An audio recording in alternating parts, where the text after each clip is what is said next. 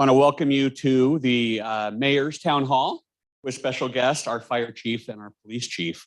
So just a couple items of housekeeping before we begin, and then we'll have them introduce themselves a little bit, and then we'll turn the time over to you for questions and some interaction.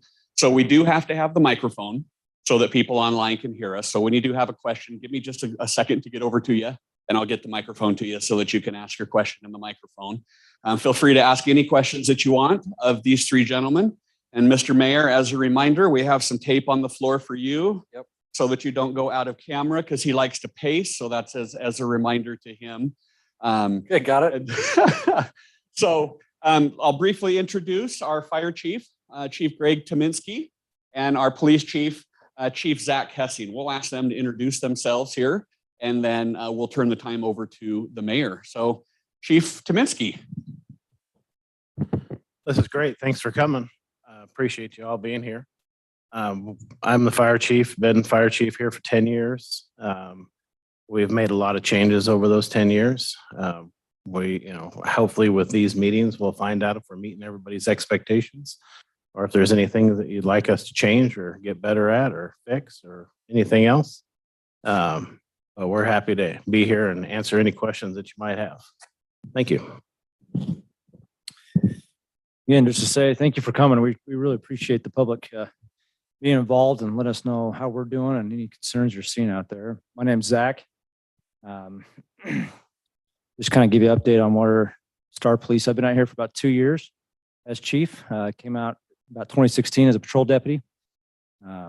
We love the city of Star. Matter of fact, I just came from the girls next door. A bunch of 8 to 12-year-old girls brought over a candygram to us. You don't get that in every city, so we sure appreciate them. But we have 8 patrol deputies, 2 sergeants, 2 detectives, and then myself. So 13 commissioned deputies out here in Star, serving you with one admin assistant, Jada, who kind of manages the office there. But we love hearing input from the public and knowing exactly what your concerns are. And anything I can answer tonight, I'd love to answer.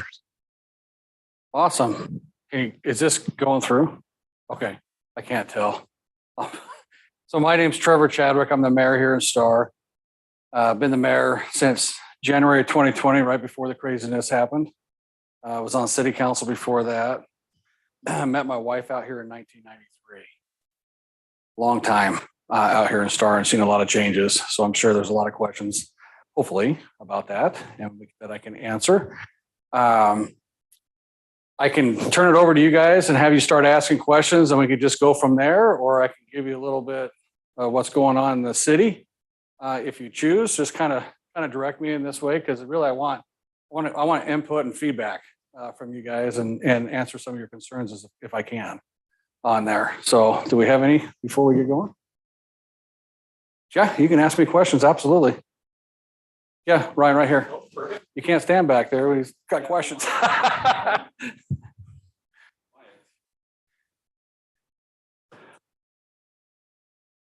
Is it not coming on?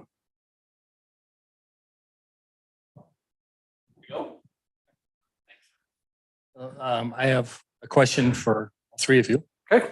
Start with the fire chief because that's the easiest one. I've been in my home for 20 years. My fire plug is in my front yard, and every dog in the neighborhood has used it for 20 years. Who's responsible for painting it? That's a great question. That is a great question. And so the fire hydrants are actually owned by the Star Sewer and Water District, and they do have paint there that they'll give you to paint it if you want to paint it.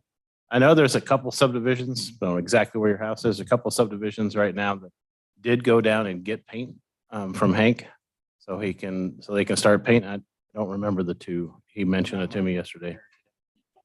But And they're right here. yeah, they're right next door, but they do maintain them and take care of them, flush them and that kind of stuff. Okay, great. Thank you. Mhm. My next question is for the mayor and the police chief. Okay. Idaho statutes say every vehicle on a public street must have a registered license plate.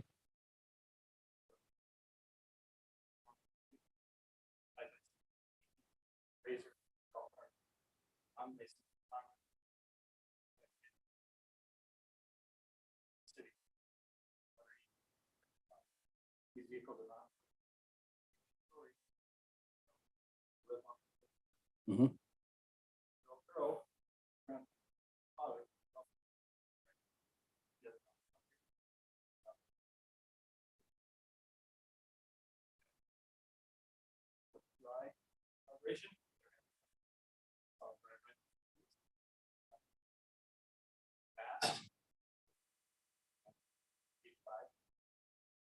They're not safe to be on the street.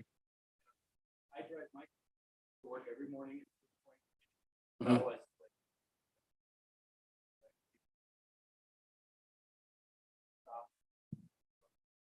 Sure. So as of recent, and I'm talking about last year, the Idaho statute changed to where you can drive off-highway vehicles on the roads as long as they do not. The concern I have, what you're saying is that they're not licensed. Now they have off-road plates that you can put on there that they're stickered, and they can ride those on any road that's under 65 miles an hour. That includes golf carts. Except golf carts, and they have. I think a couple of town halls ago, we end up bringing quite a bit of information because somebody else had concerns about golf carts going down the road. So they have different information depending on what vehicle you're talking about. So they have vehicles that go under 25 miles an hour and vehicles that will go obviously under 65 miles an hour. With golf carts and both of those, you have to have a driver's license to drive them. You can't let your 10-year-old drive them. And so on those, we absolutely want to get calls on. If we see those, hopefully the deputies out there are making traffic stops, telling them you can't do that and enforcing that law. However, it has been a problem when they allowed these UTVs and these golf carts on the roads. It has been an issue with it. We just had a horrible wreck off a Floating Feather. Well, actually off New Hope, where somebody was test driving a UTV and ended up rolling it. Both those people ended up being in the ER. So people are driving them down the road, and they're not made to be on pavement, and they'll roll a lot faster than any other car out there. So I guess what I'm asking for you is if you see it, have you tried calling non-emergency dispatch and let them know, hey, this is happening? I know you said they drove by police, and I'm hoping those police officers are looking for those plates, because if they have the plate, there's not much we can do unless they're actually violating a crime or violating a traffic law. If they don't have the plates, that's obviously violating the traffic law. So we need to do something about that. So hopefully, I don't know, did you see if they had a plate on there?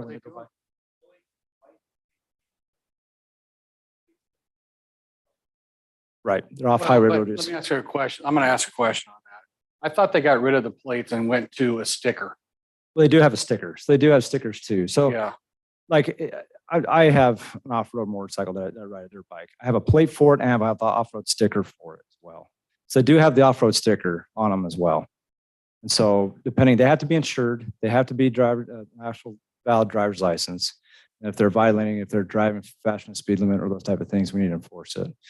But there's a whole new Idaho statute that came out that kind of goes through details of what can and can't be on the road. And it muddies the water for us too of trying to enforce it, because 3 years ago, you couldn't ride them on the road. It's really easy to make a traffic stop on those because they weren't allowed. Well, now they're allowing them. So people are driving those things back and forth to work.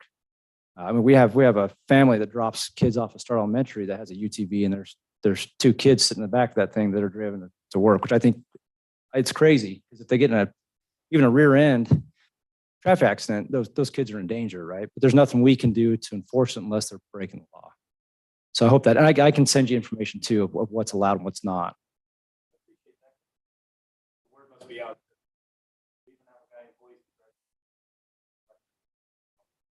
Yeah. Yep. Yeah.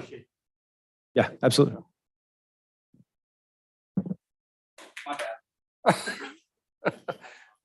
Any other questions on that? Or anything else? Come on. All right, well, let me tell you what's going on. Do you have a point I heard? You wait, you can ask anytime, so. Okay. So just so you guys know what's going on the Highway 44 project that's down here. Originally, that was supposed to be done in June, but they ran into some utility challenges down here. Some discoveries in the ground as well that were surprises. So now they're going to be done the 1st of September. They just got some of that stuff wrapped up. When that's done, we're going to come out here and we're actually going to have this section from Star Road right here in front of City Hall restriped to 5 lanes. I'm not sure how long everybody, you've been here a while, I think, right? It used to be multiple lanes out here, 5 lanes years ago before they resurfaced this. And then they made it 3 lanes with two parking aisles on there. But we're going to restripe that all the way out to here so we can start getting traffic to flow sooner through the city. And then ITD is slated to widen the section from here all the way out to Highway 16. We hope next year, but I'm not holding my breath on that because that's a moving target because of what happened in Middleton when they got rid of their bypass. They got rid of the funding source to get that done. So they're trying to reestablish that. Okay. We have, what else we got? Chinden, I believe, is supposed to be done this fall from what they're doing up here, the widening from Phyllis Canal Bridge over here on the west side of Star Road all the way to Highway 16 will be completed. So we'll have a wider segment out here, which would be nice. ITD is buying the right of way between the Phyllis Canal and Middleton Road on Chinden. And when they get that right of way done, they have funding already in place to widen the rest of that segment there. So we'll have a 5-lane segment from Caldwell all the way into Boise, which I think is going to pull a lot of traffic back that direction in the future on there, which will be nice. And Highway 16, we still have a couple years left for that project to get completed to the freeway. I believe at the end of 2024, you're going to start seeing an overpass being built on Highway 16 going over Highway 44 out here down at where the light's at, and that light will go away down there. So we're going to have there's going to be some headaches when that happens, but when they do that, then this will be open. So hopefully people can go a different direction instead of through downtown. Yeah. That's okay. What's the future for Highway 16, State Street to Emmett? So right now, the future, that's a great question. They've reopened their environmental study to do a new update on that so they can begin working on a funding mechanism. For that, they have to, because it's a federal highway project, they have to do this big environmental analysis. Yeah. So that's what they just reopened that up this year so they can get that thing going. So they're planning on widening that all the way out to the Emmett, I guess down to what the Maverick down there in Emmett is the guess. I'm hoping that they take that north and go through Indian Valley, right? And that would be fantastic to get an alternate route going north that direction. Yep. Yeah, years ago. Yep. Yep.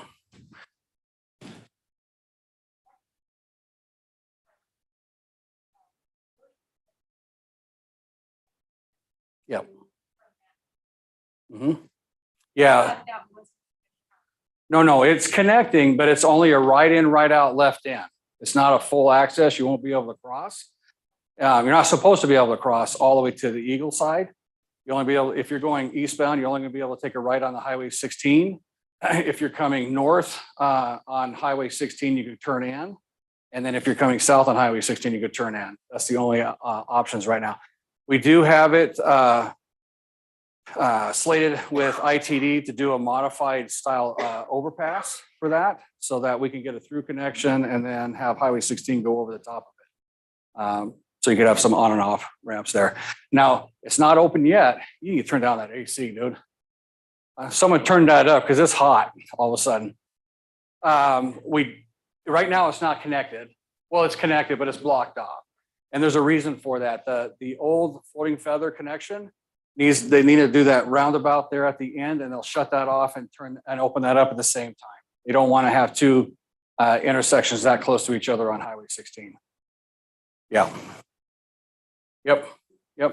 Some of the things we're doing on the police side. Oh, sorry. No, go ahead. Yep, talking to the microphone, sorry. Yep. Correct, yeah, at Seneca Springs, it's approved for a signal to go in there, and a lot of that's gonna be based on the commercial development on the north side between Seneca Springs and Taurus, because they're all gonna be paying money in a proportionate share into building that signal. So it's gonna be a few years out for that one. Yeah, there's also a signal going in down at Moyle on the other side. On where? Well, what they call they're gonna hook them all together where they operate together as they go. So you don't have this. You're not supposed to have it when they do that. One turning red while the other one's green and getting all this backup on there. Yeah. Star Road Mhm. from 44 South. Yep. I believe you're pretty dangerous turning. Are you talking right here at the subway? You're going to that therapist? Yep. Lanes for like a left turn lane or anything. You come across Yeah. 44, and it's like you gotta stop and wait for all that traffic. So ACHD and ITD have a plan. It's like a 6-lane interchange on the south side. Not like an overpass, but like to the light. It's going to make it difficult to get into that facility. Our hope is that we can get a connection through Main Street in to that development over there. Yeah, and that's our goal in the long run, is to try to get that work through with the Kirtleys on their property there, to get it to come into their other property so we can pull traffic off of that. It's bad. Yeah. Yep, it's bad. Now here, I'm going to tell you another thing about Star Road South. ACHD has an integrated 5-year work plan that they utilize to do all these road improvements. And we try to put input in to try to get stuff done here in the city of Star. For a long time, they were going to wait till 2035 to do any improvements on Star Road. That's a long time from now. We got them to commit to start doing those improvements in this new integrated 5-year work plan that they're adopting here. It's open for public comment. I think we'll get it out. It is out, yeah. To put public comment in, I would like everybody in Star to go in there and ask them to get that thing going right away, because we need to get Star Road improved from Highway 44 to Chinden. But the first phase of that is that bridge. That bridge has to be improved before anything else does. Otherwise, it's just a bottleneck, right? So they're moving it up based on discussions we had. I just want to make sure that it stays there when they finally adopt it. So I need everybody to go in there and say, hey, get that going, because that's our only north-south route, our true route in our city, besides Highway 16, which is a little different. Okay. All right. Go ahead. Right here, Ryan. Yes, I've heard several stories about floating peddler going to Ada, Ada Road. Canada Road. Mhm. So I didn't know if it was going to push on past Ada and then connect to back to 44 beyond that, or how that's. Yeah, so we have in our master streetways map, which is right there actually on the wall above Dana. Our plan is to have that go through to Canada, then continue from Canada all the way to Kingsbury through development through there. And so we'll have an east-west route off of Kingsbury coming back to Highway 16, because the city of Star goes all the way to Kingsbury. And it got to Kingsbury in 2006. So we put that in our plan to make certain that we have that connection there. Will that be a designated truck route or anything, or is it just whoever wants to use it? It's going to be an arterial style route. Yes. Yeah. And anybody can use it. The thing is, on these public streets, that we can't dictate. The city of Star can't, because we don't control the roads. ACHD will not dictate semis and stuff from going certain directions. Okay. Yeah. We've tried on certain things, but they won't limit them in some of these areas. So. And he drives big trucks, right? 3 triple axles. Do what? Oh, 27 axles. Yeah. Yeah. So, yeah. So on our police here, I just want to let you guys know that in our comprehensive plan this last year, we put together a requirement that we have 1 officer to 1,000. Was it 4-minute or less response times on code 3 calls, and a proactive policing model, because proactive policing model allows us not to have crime. It reduces crime. And so this year we are actually adding 5 new officers to that mix, so we can get to that number. And a lot of that is being paid for through what's called a mitigation fee that we put in place last year, where every new house that's built provides funding for our police and our fire.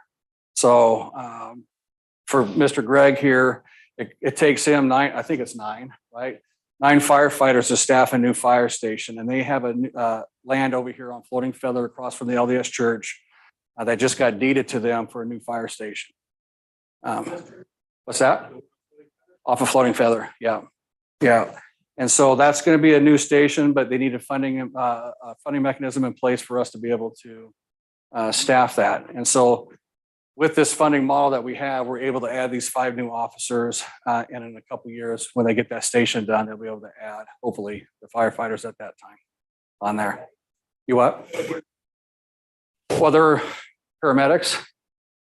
She asked, will there be more paramedics involved with that? We have in our organization now, we have 5 paramedics that work for us, but we're just we just changed our license from basic EMT to advanced because we have an ambulance in Star. And then Meridian Station 8, I believe, is just up by the new high school. That'll be faster for them to get down here if we need a second ambulance. And then they're working together with the Canyon County ambulance to have them cross borders more now. So we'll have faster ambulance service to Star in the future. But we do not have paramedic engine companies at this point. The data said that we didn't need it yet. Okay. Different microphone. Different microphones, the other one. I live in Heron River and I live on one of the ponds, and I'm told that eventually Craig is handing them over to the city of Star. What happens to the homeowners that are along that water? Well, nothing Right. happens to the homeowners. The homeowners, depending on what property it is, their property goes down to the water. Yes. That's it. The water, the entirety of the water is not owned by the homeowner or the HOA. It's going to be part of the city park system. So people can canoe or whatever out there, but they shouldn't be getting off onto your land there. Well, we all put in docks. Well, and that's the same thing. I mean, Okay. yeah, same thing. That's your dock. I mean, and we're going to have some signage and stuff that kind of lays that out. And then on the sides, the houses that are on each end of that, there'll be a double fence that goes down to the water with signage that said this private property behind there as well. Yeah. When is this supposed to happen? Well, they're working on it now. And so probably this spring is our guess is when hopefully it'll be all ready to go for everybody. Yeah. Tell us what you're Hey, Mayor, real quick, can I? Yeah. jump in there? I would recommend, just to make it easier on us too, because I'm sure you'll call us if people are on your property over there. If you have something that says private dock on there, it gives us a little more, one, it warns the kids that are out there canoeing, so don't think it's just the City of Stars dock. But also gives us, hey, you can obviously see easily this is not a public dock. So if you could do that. And I'm sorry. We tried putting signs out there and the HOA told us to remove them. Well, in the HOA area. requirement saying that they Which one? can't put signs. Is that like on the east side? It's on, I call it the south. So the east pond or the west pond? The east pond. Yeah, we're working through those challenges with it's where that beach area is. Yeah, we're working. I met with some members of Heron River on Friday. And so did the fire chief and the police department was there too. Rhonda and some of your board members and Flo. Yeah. Yeah. So we're working through those challenges on there. Now you're asking me what's happening in Tell that us what's area? happening, yeah, because I've noticed that you put some docks in there and Yep. and stuff like that, and I'm hoping that you're gonna make some bike paths through there. Well, there's going to be a 10-foot concrete path that goes around that pond that connects from the Riverwalk. Also on the west side of the west pond, there'll be a little parking spot right there off of Otter Rock. Can't remember all the street names over there. And then there will be fescue grasses out there, sandy beaches in there. There'll be fountains inside. We have the dock for people to swim on. We've had the issue with the kids getting up on the structure and jumping 9 feet across into the water. So we're signing that. And then we're going to probably put a diving platform out off of one of the docks just so those kids because they want to jump, right? Let them jump instead of trying to hurt themselves going across. It's stocked with fish. Fish and Game's on a stocking program for them to put fish in there. We put fish in there for the fishing rodeo as well. We just had a grant and a study done to do a bridge across the river to the BLM land that's on the other side. And then that subdivision with those big 10-acre lots on the other side of the river annexed into the city. And we're required to provide an easement along the river to continue our path. And so this project this grant that we had is providing the design and the locations of this, right? To go from our river house area, going across with a bridge, following the river down to this Highway 16 bridge, coming back across on the south side, yep, and then coming back across the river to the north side and connecting to the path that's going to go to Lucky, that connects to the Boise Greenbelt system. Yeah, so you'll be able to go from there all the way into Boise soon. So, Mr. Mayor, talk a little bit about what we're doing with the water out there and the testing process that we have in So there's place. been some questions and concerns about all the swimming and all that kind of stuff out there. Every week, we actually have that water tested in a couple locations with the DEQ. And the DEQ said we have some of the cleanest water out there. So we don't have any issues or anything. If we do have an issue, we'll shut it down just like they do in the other ponds out there, right? With our fountain system that we're going to put in there, it's intended to draw from the bottom of the ponds, because a lot of times what you get is these upper elevations and that bottom level of the pond is a dead area because there's no oxygen going through there. We're trying to circulate the whole thing, right? So we don't get all the crazy growth and whatnot. And then we also have some product that we got from the Fish and Game that allows us to attack the milfoil as it grows. That's not toxic to the fish or wildlife or people on there, which is really nice. So, yes. So, that's a good, I'm glad you said that because I forgot about this portion of it. So just north of the river house, there's a 1 acre piece of property that the city bought this last year that went for sale. We're going to add more parking spots there. And then along the park there will be another building with a maintenance shop and some outdoor bathrooms and stuff there, and then a meeting space associated with that. So, yeah. I just want to make it clear I'm not attacking her with her dock, but I've been on lots of ponds. I fish a lot, but because her dock is in public water, it's legal for fishermen to go fish around her dock, correct? Yes, absolutely. I just wanted to make that clear for her because I know They just a lot of can't be homeowners- on the dock. They can't jump up there. Yeah. But they can fish. So they could be in their canoes and go around the docks like that, right? But they can't get on your dock. Yeah. And he's correct with that.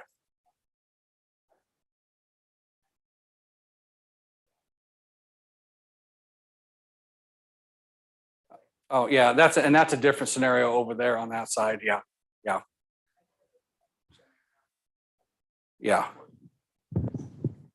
Yeah, I was wondering if we could get an update on the golf course and the development up on the hill. I was wondering if the infrastructure in place for that to handle that, or So they're going to have to build the infrastructure to handle it. So it was approved by the council back June. Yeah, the last meeting in June. We just approved the facts and findings this last hearing on the 18th. I think within 60 days, we'll do the ordinance, the official ordinance that annexes it in. And there's going to be infrastructure, otherwise they couldn't build it. And they're going to have to build a lot of the infrastructure in there. They're going to have to put all the sewer and water lines in and connect it into that thing. They're building the roads for it. They're going to have to do any of the improvements because as part of our approval, we require them to do everything that ACHD, Canyon Highway District 4 and ITD is requiring of them, which means offsite improvements too. So we have enough water?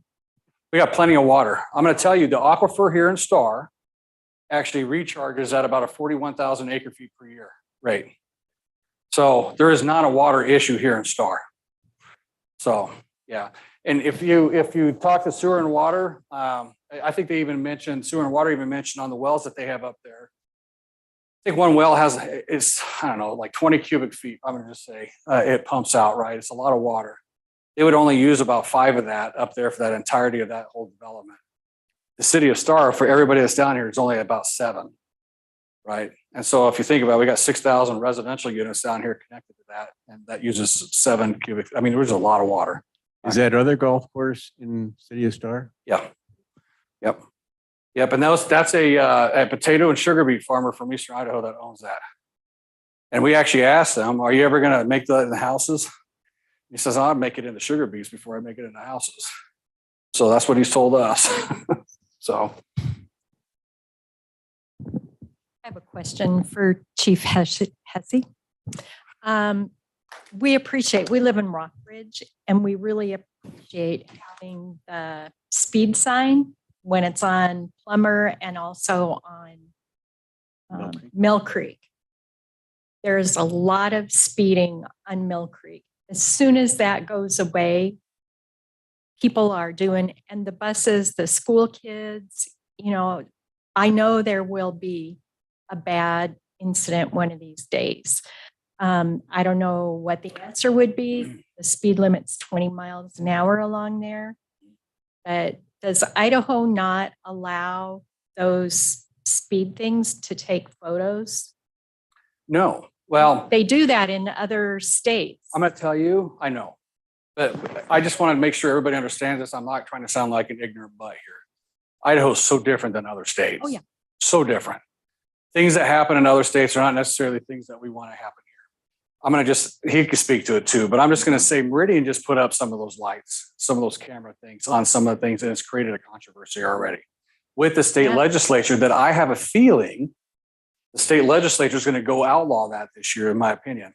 I really have that feeling because they feel like it's Big Brother looking on things. Okay. Yeah. So that's the challenge that we have with the mentality in Idaho. I know we've talked about doing some of these on some of the lights here, but we just never did that. And it's a good tool for them when you're talking about crime, right? And finding criminals. So go ahead, you speak to it. I'll shut up now. But I just wanted to make sure that people understand that we're not like other states at all.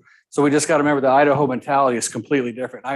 My family's been here since 1880, right? And so I've grown up with this Idaho mentality, and it's interesting just to hear people that want to come in and say, well, we need to do that. No, we don't, right? This is why we're here, right? For that. So Well, I understand. I know what you're saying, but I don't know if it's going to I fix don't know, it. speed bumps or. Well, and that's, so I mean, that's Can I talk to another. the STEP program real quick? problem. I was just going to bring it up. you're gonna bring it up? All right. I had to ask permission first before I speak. Yeah. So we put together, well, you talk about the STEP program. So this is going to help address what your concerns are. So Yeah. just a couple of things. So one, that radar tray they're talking about that reads the speeds. We put out something a couple weeks ago, and it's amazing how many subdivisions have called asking for that. So we actually have an ongoing list for that to go to different spots because it does work, but as soon as it's gone, it's gone. So, and what the mayor's kind of referring to is the license plate, they're all called LPR cameras, license plate reader cameras. And a lot of states have them. Matter of fact, Canyon County has several of them and Nampa has several of them. They're fantastic in the point that you can see if somebody's speeding, you get not only license plate, but a picture of them as well. So we can go and enforce that later on. Hey, you're doing 40 miles an hour at 20. We know it's you because here's your picture and here's your citation, right? Well, we've ran into some issues because they believe it's Big Brother kind of watching. And I understand. And when he says Idaho is different, there's a lot of good things about Idaho. I love Idaho. I've grown here. I've been here my whole life, except for a little stint that I had to go out because there wasn't any jobs here. But so we're still working on trying to get that with this traffic enforcement team that we're putting together. So one of the positions that we've talked to the city council about and that we're going to talk about on August 1st, I think is the actual budget meeting for it. One of the positions is actually a traffic enforcement deputy. Right now, City of Star does not have any deputies that are just focused on traffic enforcement. So what that means is that they're still taking calls. They're trying to go out and do traffic, but they still have to go to all the other calls too. And we get pretty busy with calls going back and forth. So it's hard to set up, ready to enforce traffic, and all of a sudden you get a call, so you got to go somewhere else to take that. Well, this deputy would be purely just traffic enforcement, and it'd be 40 hours a week that they would work.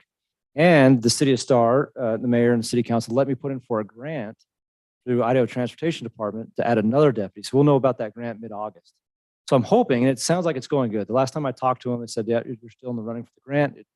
I'm hoping that it's given to us, because what that does is reimburses the cost of that deputy for that whole year. So the 2,080 hours that a deputy works in a year, it reimburses that back, right? So the citizens of Star aren't paying for that, but we get that deputy. So we had two deputies working traffic enforcement just purely for that reason, because we're getting more and more speeders, and we have, 17,000, 18,000 people that come down 44? Oh, 20,000. 20,000. Over 20,000 that come in at 44 and over 60% of that comes out of Canyon County through town. And Yeah. so they're flying through here and we know it. We're making traffic stops. You can see we put out once a month. It's actually we're a little behind, but I do have those reports for Dana. But we put out exactly how many traffic stops we're making and those type of things. And you can look that up and see. And we're usually almost 1,300 proactive calls that we're doing as a city of Star with the deputies that we currently have. So I think once we have these traffic enforcement, I think it's going to help. It's not going to be the answer to everything, right? There'll still be issues and we can't be everywhere at once. But it's definitely going to help us focus on the traffic issues because just like he's saying too, with these low speed vehicles and the UTVs, it's an issue. Trying to get everywhere to try to find them is tough. But hopefully this will be part of the solution. So, and to go along with that, what I'd like us to, sorry, try not to eat my mic. I apologize. So what we could do on some of those areas like Mill Creek is try to work with ACHD to see if we can get a different traffic sign that actually shows your speed as you're going, if it's truly working, right? The nice thing about this traffic trailers is it actually tells us the speeds, the time of days and things like that that people are speeding so that we can put out that traffic enforcement teams in those areas and try to hit folks. We did have somebody on Plummer Road one time. I don't know if they were trying to figure out how fast they can go, but they went like 103 or something miles an hour down Plummer Road, right? I mean, so that's obviously a problem, right? Yeah. Okay. Thank you. Yeah, you're welcome. Right here. Oh, yeah. And just real quick, while we're on that topic, Mr. Mayor, we hear the topic about why don't we do more speed bumps more often? I think it might be good to explain why we don't. So I don't know if you can explain that or Chief Tominski could explain that. Yeah. So speed bumps make sense, except for when we bring our fire trucks over them. It's not just that slows us down, but those fire trucks weigh so much that it breaks the springs underneath, and then the repair takes forever to get those parts in to fix them. And we have limited amount of trucks. They do have a new one out that we're supposed to be able to straddle with the width of our fire truck and not have to hit it. So I think we're trying one out in Star right now, but when we have Let's see what it looks to like. do more. But unfortunately, they're big and they're long, and people still try to go over them fast. The good ones are the small ones that are really high, but they'll snap the springs with the amount of water that we carry. But then you get those ones that are like that. Kids think they're moguls and their motorcycles going over, right? So, yes, ma'am. Change the topic. Okay. And you don't have to go into a deep dive on this, but the state, there's been a lot of news, they lowered our property taxes. And, but there's been some stipulation that it's up to the cities to decide how much of that the state gives them, that they actually give to us property owners. I'm a little So- not understanding how that works. So there's last year they passed a bill to help provide property tax relief to the property taxpayers by utilizing some of the surplus funds that we received in the state and returning it back to the taxpayers in the form of property tax relief, right? When they talk about taxing entities, it's up to the taxing entities. What they're saying is up to the taxing entities and their budgets, their property tax budget. So the city of Star, we levy $1.7 million in property taxes is all on about a $3 billion value in our city. Very little money. We levy some of the lowest amount in the state of Idaho. When we can increase our property taxes by a maximum of 8% utilizing the new construction growth that's happened, so we can increase it by about $145,000 a year. The thing is that people need to understand there's 12, like in Star, there's 12 different taxing districts that you're part of if you're south of Highway 44 and 11 that you're a part of and north of Highway 44. The city of Star is just one. The state legislature continues to battle. They keep yelling at the cities for the property taxes, but we're just one piece of the pie of the property tax problem, right?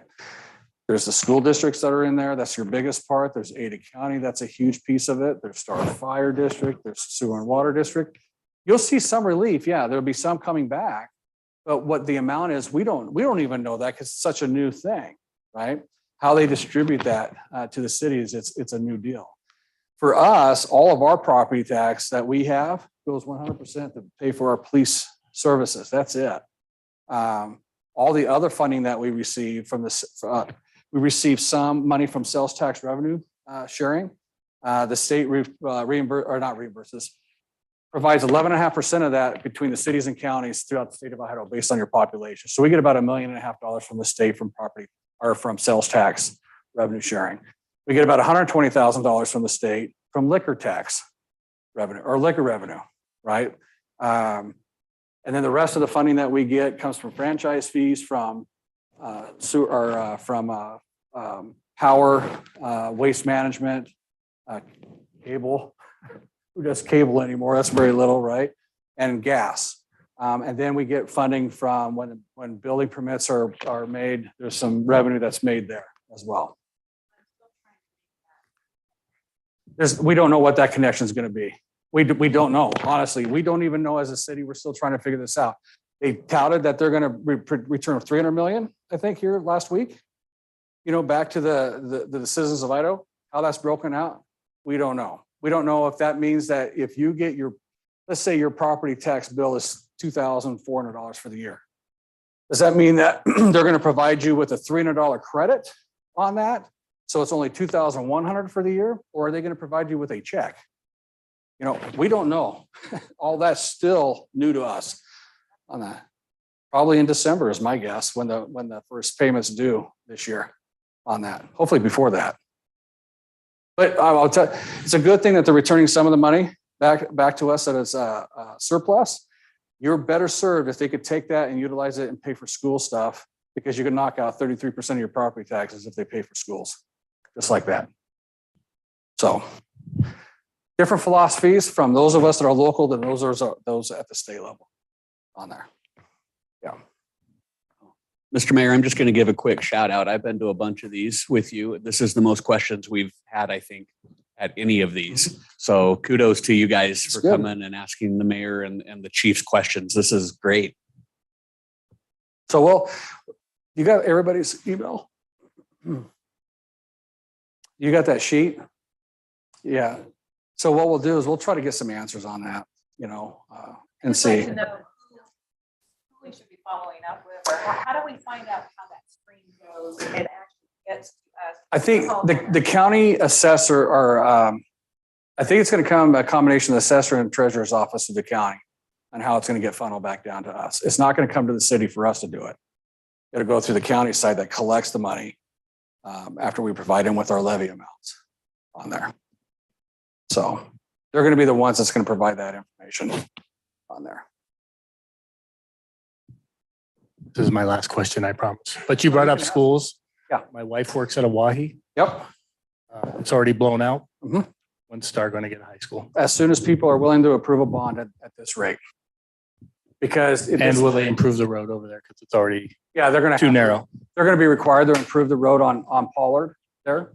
Yeah, when they do that. The challenge we have right now is all schools are being built utilizing the bond formula, right? And it requires 66 2/3% vote in order to approve a normal bond. West Ada went for a different style bond, which only required a majority this last year, but they all failed. So when they fail, you're never going to get the new school. That's a challenge that we have. We don't have any other funding mechanism right now to do that. That's why we've been pushing for the state provide I would like to see them take surplus. You know, we had $1 billion surplus, take $500 million of that, put it in a fund that school districts can apply for to help build schools in areas that are growing, right?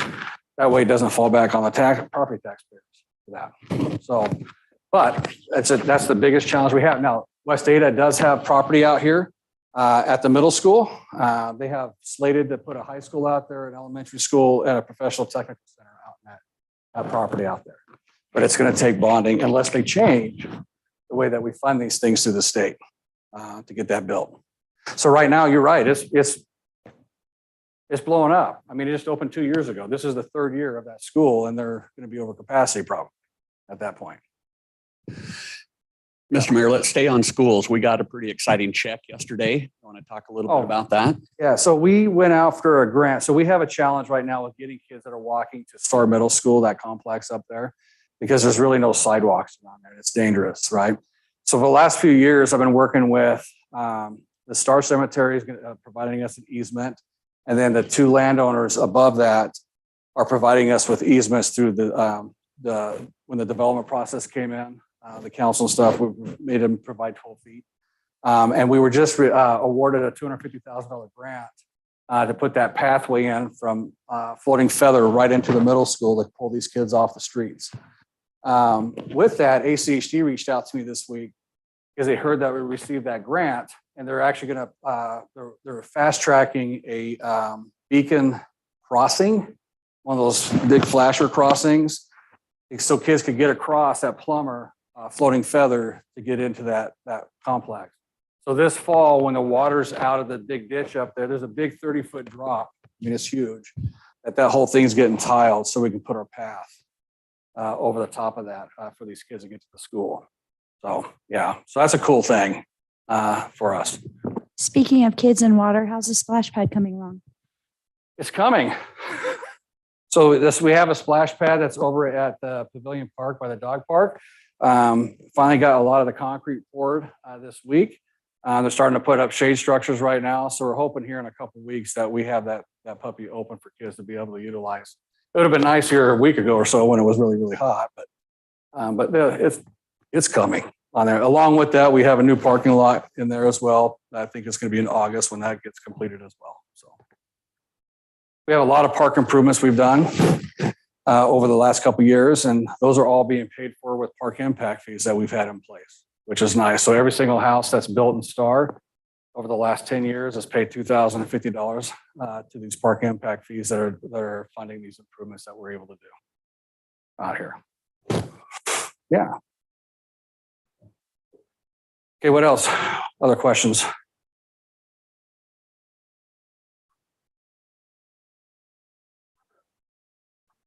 Kevin Miller, radio.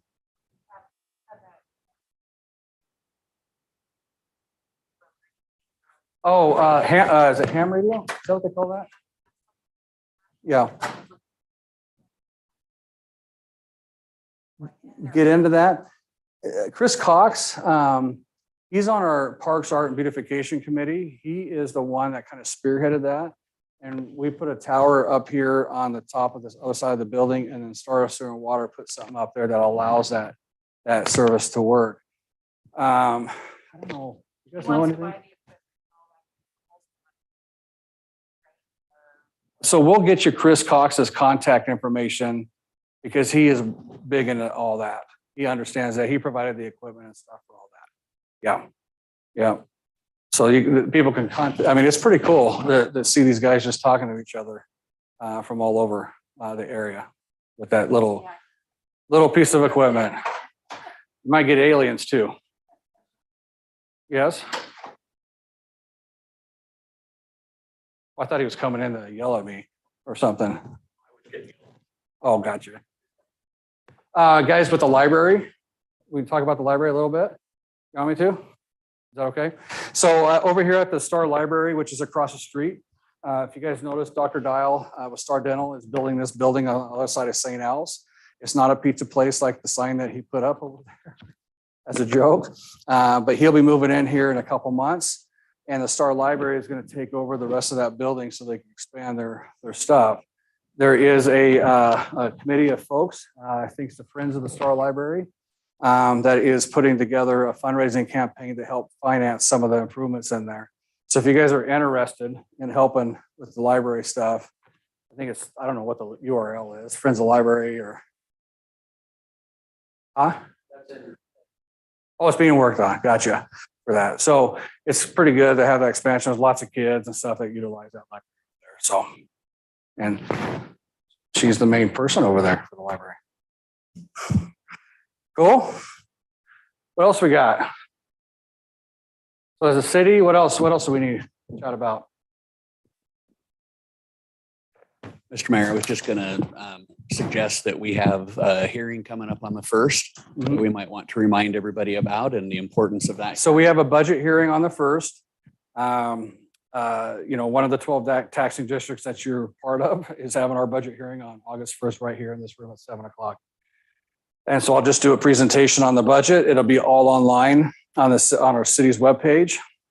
I put a packet about 36 pages together, explains all different parts of our budget and stuff on there and where the funds come from and where money is being spent on there. We are taking the full 8% increase, 140-some thousand to help fund our police in the long term. So here, years ago, not years ago, just even last year, when we're talking about property tax burden, it was always around the 93% falling on residential, 7% commercial. We've actually dropped in the last year, dropped that down to 88% residential, which is great, meaning that we're going to be, in theory, paying less in property taxes because it's falling on other entities like the commercial construction that's been going on here in Star. The new construction growth, obviously Star's been growing. People want us to put moratoriums in place, but we legally cannot do that for state statute. So people understand that. The only reason you can do it is for life safety issues, which is not roads. That's not life safety, according to the state. It's your sewer and water. If we didn't have power, those are our challenges there. Sewer and water has plenty of connections. I think they got still 7,000 connections available on their plant and on the water side of it. And our power has no issues either because they're part of the national grid. So if they have a shortage, like when it gets hot, they just buy it out of other areas and bring it in. So, our property taxes, we're going to probably levy, I think it's 1.9 million about towards property taxes on that $3 billion value. Just so you know, it's not a lot of money. When you look at other entities like the city of Eagle, I think they levy about $8 million towards property taxes, right? Meridian, I think 60 million to 70 million they levy towards property taxes, things like that. So when you were talking property tax per thousand or per person here, we're at the lowest. It's right around $108 per person is what our property tax amount is here compared to like Boise. It's like $600 per person. So we've been fiscally conservative for a long time. And if you guys aren't aware, we became a city on December 10th, 1997. So we've only been around for 25 years as a city, as a taxing entity. So not very long. Very, very new city out here. I'm trying to think of what else, the different things. Our Star Police, if you didn't know, is not upstairs anymore. They're down over here next to the fire station. We were able to use some of our ARPA funds that we got to build that station. We also use those ARPA funds to buy a ladder truck for them to help service our city on there. If we didn't use it, you got to give it back, right? Unfortunately, I'm not a fan of the ARPA thing, but I'm going to take advantage of it for our community if we don't have to pay for it through property tax means on here. So, okay. Yep. We also moved our rec center down there. Yeah, we got a rec center right between the Star Fire and Star Police. So these kids have the best place to stay safe and do things down there.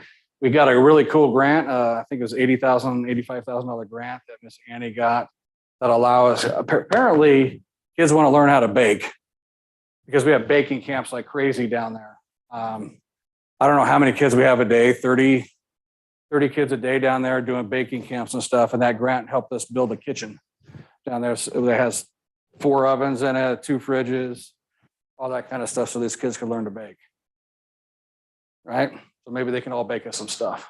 And Greg and Zach's crew are putting on a few extra pounds as being our official judges and taste testers as well. So got to work out. Yeah. And every once in a while, they mistake salt as sugar. So it's overall pretty good. Yeah, that is a challenge. But hey, that's part of learning. I guess I could talk a little bit about taxes for For the fire district. fire district. So as the mayor mentioned, $1.9 million comes to the city for property tax to support the services. For the fire district, we are 99% reliant on property tax. So we talked about getting $1 million or $1.5 million in sales tax revenue from the state. The fire district gets, I think the most that we've ever got is $150,000.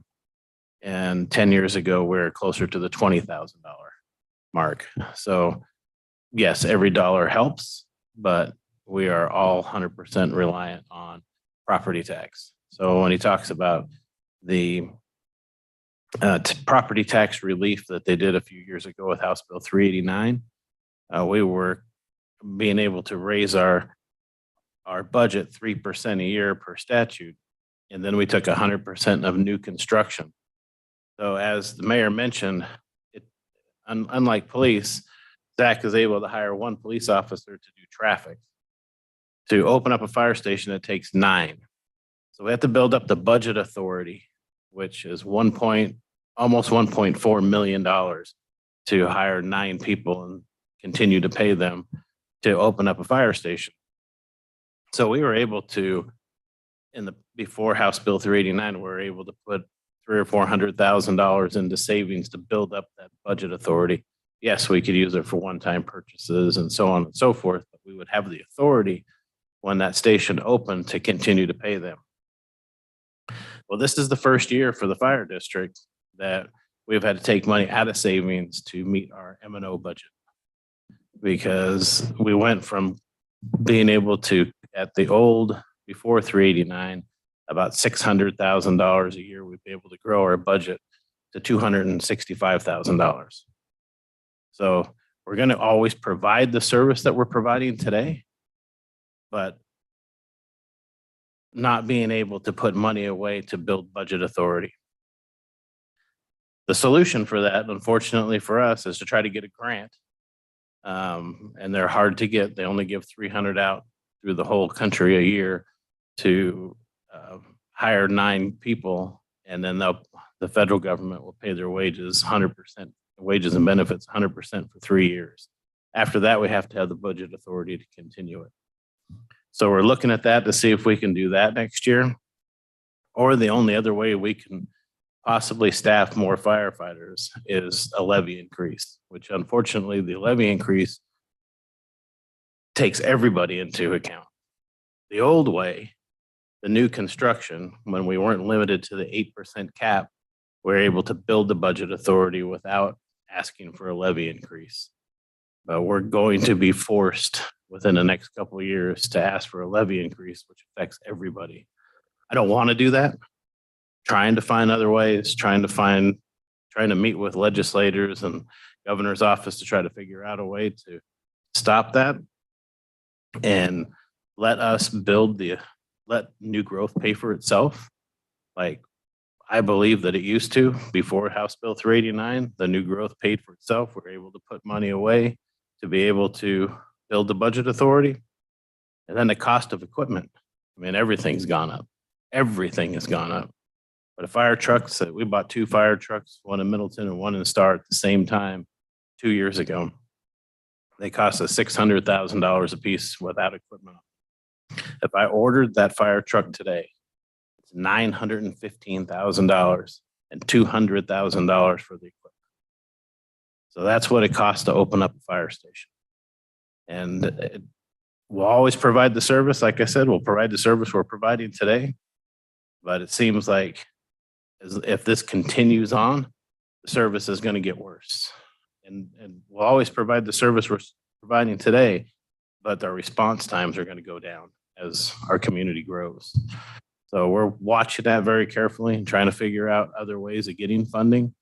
But special districts, the mayor mentioned that he thinks that they were trying to punish cities and counties for having so much money in savings or whatever their theory was. Not 100% sure that they took special districts into consideration. Special districts are reliant on property tax only. There is no other way to get money for us right now. Mr. Mayor, just real quick, and I'm sorry, do you want to address how you're trying to help Yeah, we talked about Kaminsky? the mitigation fees. mitigation fees? Okay. We're in place to help address some of that. I have a nephew who's a firefighter over in Klamath Falls. And I was just over there and they got 2 new trucks. And as I understand it, even though you bought brand new fire trucks, that doesn't mean you can keep the older ones because the older ones have a shorter lifetime. And I just want to make that clear to the people that They're not just stacking up on new trucks and not using the old ones. They wear out super quick. And I just wanted to verify that with you that's. Yeah, that is true. And the other challenge that we have, and I'm tired of hearing it, and I'm sure you all are, COVID caused it or whatever, is getting parts, getting fire trucks. I used to be able to, if I ordered a fire truck today in 6-7 months, it was custom built and delivered to us. If I order a fire truck today, it's 38 to 42 months.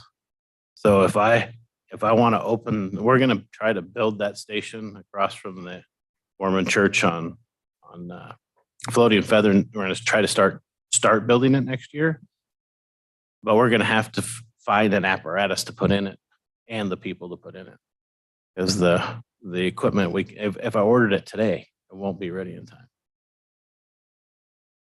I don't know how to fix that. More manufacturing here in the United States. Let's just bring it to start. I got welders for sons. What else? So, Mr. Mayor, we received a question that came in that had a question about the election this year. Who's up for election on the council this year? So on the city council, Councilman Nielsen and Councilwoman Salmonson are up for reelection, and as well as I am up for reelection this year. Every 2 years, then 2 years from now, the seat 3 and 4 would be up for reelection at that point. So, and that is this November's election timeframe. Okay. So we have some participants online. That's awesome. That's good. I like that. It's fantastic. So as a city, we've done a lot of planning over the last few years. We've done some adjustments in our comprehensive plan. If you look at that colored map over there on the wall, that's our comprehensive plan. That tells you what the densities and whatnot when a development comes in. So we've always been planning for years to grow our city north towards the Jim County line up there, as far as we would go. We've reduced densities in that twice in the last 3 years, based on this. Who would ever thought that COVID would create such an influx of folks into our community? We used to have about 350 building permits a year on average. During the height of COVID, we were at 700 or 800. People were flying out of places to come here. And it wasn't just California. It was Washington, Oregon, Pennsylvania. I've had New York folks I've talked to. I mean, it's just all over this country coming here in the Star. So for us, if we were to grow at a normal rate, the old way would have been just fine, right? But we had to make some adjustments on this because you never know how long this curve is going to happen. Right now, we're on track for 540 building permits this year, right? So where other areas have slowed down, Star, people are still desiring to come here to Star, this area here. So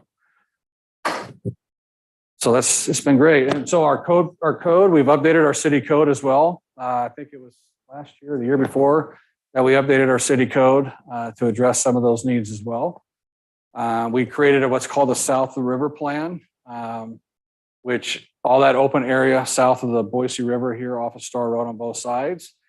We put kind of a master plan in place on how we want to see that develop into more of a, where we could possibly move our city business center down there and get it off the state highway here. I know people ask about a bypass in Star. That ship sailed years ago when a council years ago and the mayor chose not to put the bypass at the same time as Eagle did theirs. There's no way to get the bypass through Star at this point. Mayor Rule and I are working on a new east-west route north of the city from, I think it's Goodson Road that connects right by this interstate, that would come out and connect to the new overpass that Spring Valley has to put in on Highway 16. So we have another east-west highway there, because from that route, you can actually get the Highway 55 as well, because that would be another thoroughfare there. And that would help alleviate some of the traffic concerns down here to get that accomplished. Because what we need to do now is preserve the right-of-ways on that so it doesn't get built, so that state highway or whoever takes it over can get that road done up there. Because that kind of goes with the Highway 16 plan that's happening as well, so that you asked about. I know the state is looking at extending Highway 16 south. They're looking at the options and the routes to go south and around and come back to the freeway on the east side of town as well. So that could be another alternate route for us. Maybe not in our lifetimes, but at some point, right, out there. What else we got? I mean, watch a fireworks show. Y'all don't watch, even your neighbors? There's all sorts of neighbors. Well, in 3 years, guys, we have our 250th celebration as a country. I'm assuming that's going to be a pretty big celebration here in the city of Star, so plan for that. I'm kind of excited for that one, really. I mean, 250 years is awesome. Dana is the one that puts our hometown celebration together. Zach is probably going to have to take some medicine on that day with all the people that'll be here. So, but we have overall, guys, we have a really good community out here, regardless of where people came from. You know, it's just, we're going through growth challenges and going through different things, and we're going through some tough times as a country, but you know, here as a city, we can maintain that neighborly hometown feel if we're just kind to each other, regardless of your thoughts and your position, right? I think that's important. That way that we're thriving while others are struggling, because we want to be better here. So that's my big spiel on that. But 18,000. Yeah, if you figure, so Compass which is a regional transportation authority. They're the ones that every metropolitan area that gets, I can't remember the number of people, is required to create a metropolitan planning organization. And ours is Compass. We have like 6 of them in the state of Idaho. And they do a survey, and STAR, for every house that's built, it's about 2.7 people per house is the average for STAR. Just so people are aware on that. So we're growing. I mean, if you think about 500, let's just say 550 with times 2.7, right? That's the population growth you could expect to see next year if people keep buying houses like they are. So, Mr. Mayor, I was just going to say, it sounds like property taxes, we've talked a lot about expenses. We've done some things to save on costs here at City Hall from a personnel perspective over the last little bit. You want to talk a little bit about that, how we're trying to save the taxpayers' money with our city engineer and Yeah, I got you. Yeah. I was like, where are we going with that?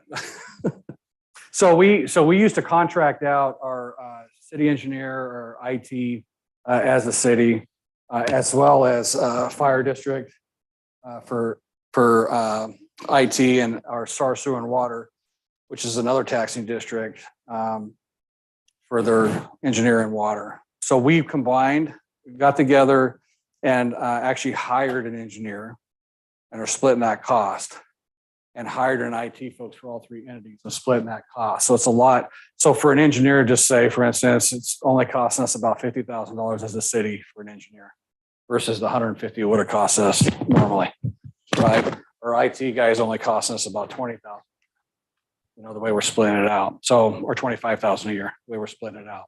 So we're trying to find ways to save money on there. A lot of that stuff, though, is being paid for not through taxpayer money, because all of our property taxes go to the police. It's being paid for through growth and development. We did discover last year, since I've been mayor, I've had folks in the building industry saying, you're not charging everything you could charge for these permits. But they wouldn't tell me what that was. And we discovered it last year that there's an extra fee that we're allowed to charge. That it averages about $1,800 a house that's built, that allows us to pay for the personnel and stuff like that here in the city, which is great. I mean, it was a good find when we finally found it on there. We do charge impact fees. Star Fire has an impact fee of $809 on residential units. We have an impact fee on parks of $2,050. Ada County Highway District has an impact fee of about $3,500 for every house that's built for road improvements. We have the mitigation fees in place to help pay for personnel, because impact fees cannot pay for personnel. They can only pay for buildings and equipment. See what other fees, trying to think, any other impact fees? We're not allowed to charge impact fees for schools right now. That's a challenge, right? For a funding mechanism. We're trying to get the state to figure out that. So we got different sources of revenue to help us pay for the different things that we have going on out here. But just as a reminder, all of our property tax, the 1.9 that we're going to charge this year is going to help pay for our police. It's going to pay for all of our police. Yes, ma'am. No, it's not. So they have their own property tax. That's our separate. So Star Fire is a separate taxing district. Yeah, so they're 100% funded by their property tax levy that they charge over there. Yeah. So the mayor mentioned that the city leverages 1.7. It's going to be About asking 1.9. for 1.9 Yeah. this time. Our budget hearing is in September, and you're all welcome to come to it. 10 years, not one person has ever showed up to our budget hearing.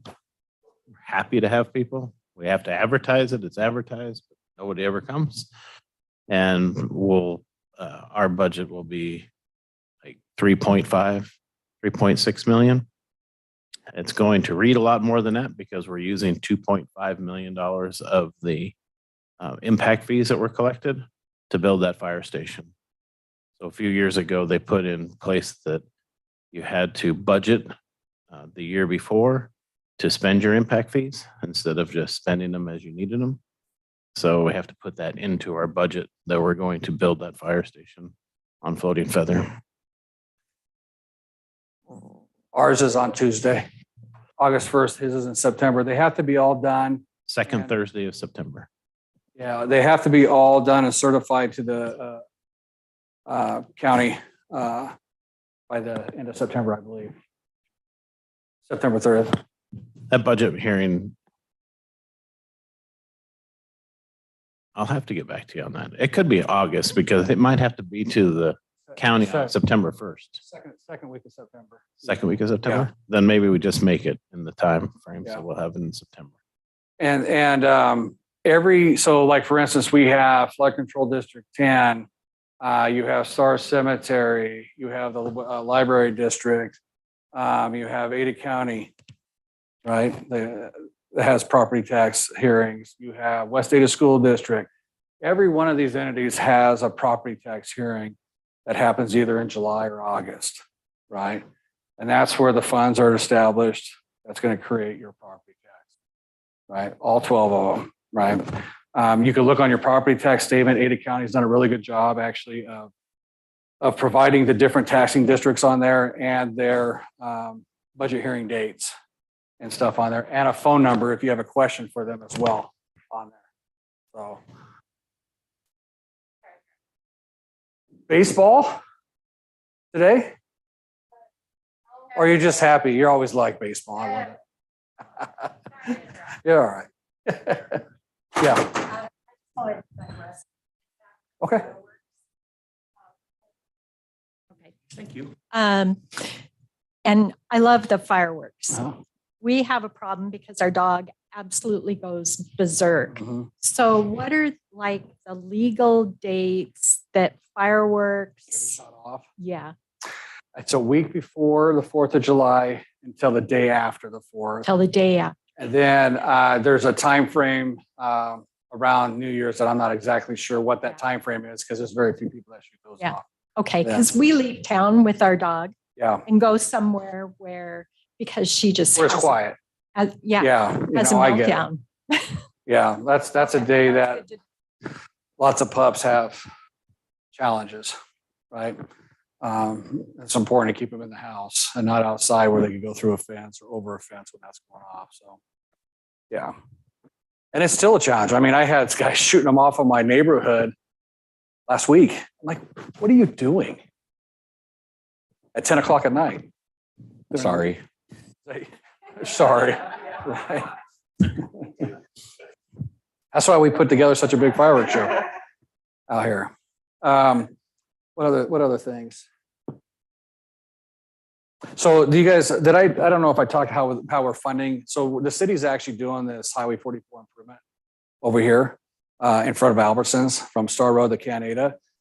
And that was put through a funding mechanism called a proportionate share that we put together with ITD back in April of 2020, which requires every house to pay an average of $1,000 to this fund. And the money stays with the city of Star and improves the state highways that are unfunded through our city. And we have 3 state highways. So it's pretty important for us to have something in place. And so that mechanism and the growth we've had over the last couple of years is helping fund that improvement that's happening over there, which is awesome. I just wanted to add, the mayor's being a little humble there. We are the only city in the state currently doing that. Yeah. And Idaho Transportation Department is extremely excited about this project and hopes that other cities will follow our lead to get other segments of the state transportation system fixed. So we're very grateful to the mayor and everything that he did to make that happen. It's we're big proponents of growth paying for itself and trying to figure out ways to do that so it's not passed on to everybody else. And that's why we put mitigation fees. That's another one that I believe the only city in Idaho is collecting mitigation for police and fire is the city of Star. Yeah. And we talked about what the mayor was doing with the Star Sewer and Water, and then with the fire district, hiring people and, to save money. The fire district does the same thing. So one thing I didn't talk about is that I'm the fire chief of Star and Middleton. So we're 2 separate fire districts with 2 taxing budgets, 2 separate budgets, but we operate as one. So we have a fire marshal that takes care of Middleton and Star. And then we have an ops chief that takes care of Middleton and Star, myself. And then we have a district administrator that takes care of both, instead of duplicating the services between the 2 communities. We're only 6 miles apart and we need each other. Yeah. I mean, even the fire department the size of Boise can't handle it by themselves. So you get a Foothills fire, Mike, they did a few years ago up at Table Rock or whatever that was up there. We had fire apparatus coming from, we had all of Boise and Meridian and Star and Eagle and Middleton, all the way to Parma and New Plymouth going to that call. So not just going to that call, you still have to take care of the rest of the calls for service that are coming in. So some of those places, some of the places from like New Plymouth would have to come over and cover Star while that was going on. So my point is that we can't do it by ourselves. So we're sharing the services to save our taxpayers' dollars by not having 2 fire chiefs, 2 ops chiefs, 2 fire marshals, 2 district administrators. We're just doing it all together as one. Then we take our people.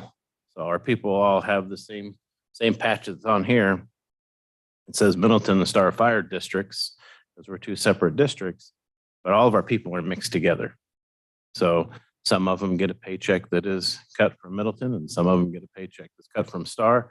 But some of the Star employees work in Middleton, and some of the Middleton employees work in Star. It's just where they fit the best to provide the best service. So all together, we have the 3 stations. So we have the main one that you see all the time in Star. And then we have another one on Kingsbury that is in the Star Fire District. But that district only goes another mile down the street and then you're in Middleton. So it takes care of calls in Middleton and calls in Star, north, south, east, and west. And then we have the station in downtown Middleton that does come here when needed, and vice versa. We go there when needed, but they handle the western part of the 2 districts, where Star handles the eastern part of the 2 districts. So, I mean, I think that the mayor doesn't give himself enough credit for working, having all these different government agencies. I don't know if you've had experience in other cities in Idaho, that the fire district and the city, they don't get along. But we operate, even though he's the mayor and I'm the fire chief and I have a board, and we don't work for each other, we act like we all work for each other. I make decisions for the fire district that I have conversations with the mayor, the city council, police chief, and I think that he doesn't give himself enough credit for helping build that, where you got cities that have all these departments in it, that they can't even get along within the city and they work for one mayor.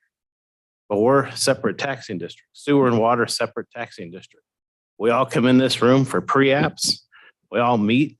We all tell the people what the requirement will be from the fire district, from sewer and water, from planning and zoning. And we give them all that information at one time. And we get along, where a lot of cities can't even do that. So had to give them credit where credit was due. I know. Yeah, put that out there. Well, real quick, Mayor, I just kind of come off of that too. So the Ada County Sheriff's Office, it's the City of Star, talking about contracts, City of Star contracts the Ada County Sheriff's Office for police services. So even though I'm the chief of Star Police Department, I'm actually lieutenant with the Ada County Sheriff's Office. We have 3 contract cities within Ada County that we provide police services to, and it's Eagle, Cuna, and Star. Star is the only one out of all of them that are actually adding deputies this year, and it's because of the mitigation fees that are being put in place that allows that to happen. We talked about the expenses going up. Well, expenses are going up for us too. Cars, I mean, you're talking, it's about $70,000 to get a police Tahoe fully equipped out there on the road. Because and it takes 9-10 months to get one out on the road. We're used to a lot quicker. So just the increase alone, that 140,000 they're talking about, that 100% tax, tourism tax comes to, that wouldn't even cover what it was to increase just to stay where we're at. But because of these mitigation fees, we're able to add the deputies that we're adding, and that wouldn't be in place had it not been the forward thinking of what the City of Star had there. And then to add to that, I know we talked a lot about the deputies out here in Star and the 1 to 1,000 being our goal. So just to put some numbers out there, so nationwide, the average for officers per 1,000 residents is 2.7. For the Northwest Territory, it's 1.9. So the City of Star, because we do live in a very safe and good community, we're asking for the 1 to 1,000. We just talked about there's 18,000 people by next year this time. Who knows how many more that will be. We can add 5. That gives us the 18. That's the 1 to 1,000 that we've been aiming for as a city, as a goal for a long time. And part of that too is because of that contract we have with Ada County. If something big happens out here, and we've seen it, something has big happened out here, we can pull all the resources of the largest law enforcement agency in Idaho. I had the ability to make a phone call and have those resources come up and help. And we've had some calls where I'll have 13 detectives working on one case immediately to try to find out who the suspect is. And so I think it's amazing to see the relationship between the sheriff's office, Matt Clifford is the sheriff, with the mayor here, and then the fire chief and I mean, we're all just work really closely, and it's amazing to see what a community can do and what can get done on a lower budget. So. Sure. It's about time. Pardon my ignorance.